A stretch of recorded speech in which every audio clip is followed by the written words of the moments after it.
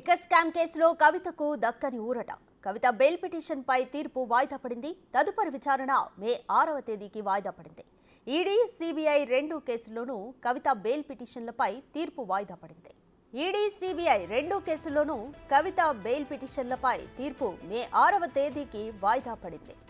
Liquor scam కేసులో కవితకు ఇంకా ఊరట దక్కలేదు. మోర్ డీటెయిల్స్ మా ప్రతినిధి శివ ఢిల్లీ నుంచి అందిస్తారు. శివ, ఇటు ఈడీ, సిబిఐ రెండు కేసుల్లోనూ కవితకు బెయిల్ విషయమై ఊరట దక్కలేదు. మే 6వ తేదీకి విచారణ వాయిదా పడింది. కంప్లీట్ డీటెయిల్స్ ఏంటి?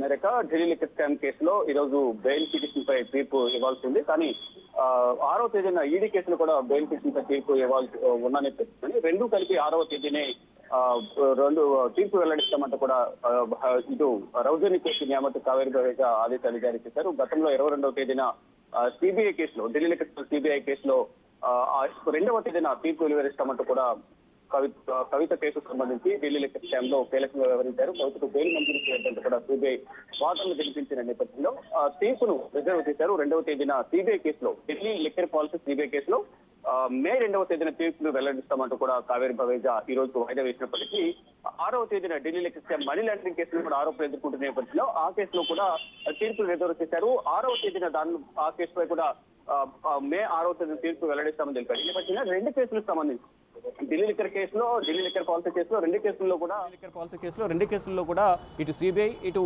ఈడీ రెండు కేసుల్లో కూడా ఆరోపణలు ఎదుర్కొంటున్న నేపథ్యంలో రెండు కేసుల్లో కూడా బెయిల్ పిటిషన్ దాఖలు చేశారు. బెయిల్ పిటిషన్ దాఖలు చేసిన నేపథ్యంలో రెండింటికి తీర్పును రిజర్వ్ చేశారు. రిజర్వ్ చేసి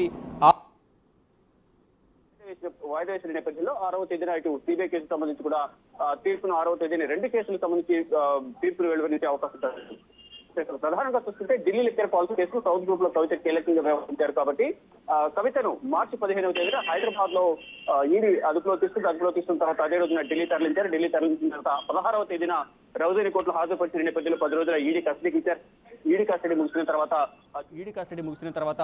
జ్యుడిషియల్ కస్టడీ విధించారు. తర్వాత మే 6వ తేదీన ఒకవైపు ఈడీ కేసులో జ్యుడిషియల్ కస్టడీలో ఉండగానే 5వ తేదీన కోర్టు పర్మిషన్తో 6వ తేదీన కవితను తిహార్ జైల్లో విచారించిన తర్వాత 11వ తేదీన అంటే రంజాన్ రోజున అరెస్ట్ చేసినట్టు ప్రకటించారు. 11వ తేదీన సెలవు కావడంతో 12వ తేదీన రౌజని కోర్టులో సిబిఐ కేసులో హాజరుపరిచిన తర్వాత 3 రోజుల సిబిఐ కస్టడీ ఇచ్చారు. ఇక తిహార్ జైలు నుంచి కవితను సిబిఐ కార్యాలయానికి తరలించారు. 3 రోజుల సిబిఐ కస్టడీలో కవితను కీలకంగా విచారించిన తర్వాత మళ్ళీ 7 రోజుల జ్యుడిషియల్ కస్టడీ విధించారు. ఇక రెండు కేసుల్లో కూడా కవిత జ్యుడిషియల్ కస్టడీలో ఉన్నారు. ప్రజెంట్ తిహార్ జైల్లో ఉన్నారు.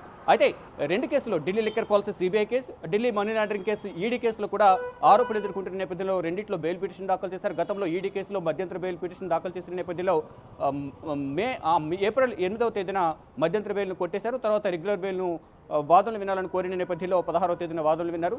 తర్వాత అంటే 16వ తేదీ వాదనలు వినాల్సి ఉంది. కానీ 22వ తేదీన సిబిఐ కేసుతో కలిపి రెండు కేసులను సిబిఐ, ఈడీ కేసులను వాదనలు విన్నారు. ఇక రెండింటికి సంబంధించి తీర్పును రిజర్వ్ చేశారు. రిజర్వ్ చేసిన నేపథ్యంలో ఈరోజు తీర్పు అనేది సిబిఐ కేసులు ఇవ్వాల్సి ఉంది. కానీ 6వ తేదీన ఈడీ కేసులు కూడా తీర్పు ఉంది కాబట్టి రెండింటిని కలిపి అదే రోజు ఇస్తామంటూ కూడా న్యాయమూర్తి కావేరి బవేజ ఆదేశాలు జారీ చేశారు.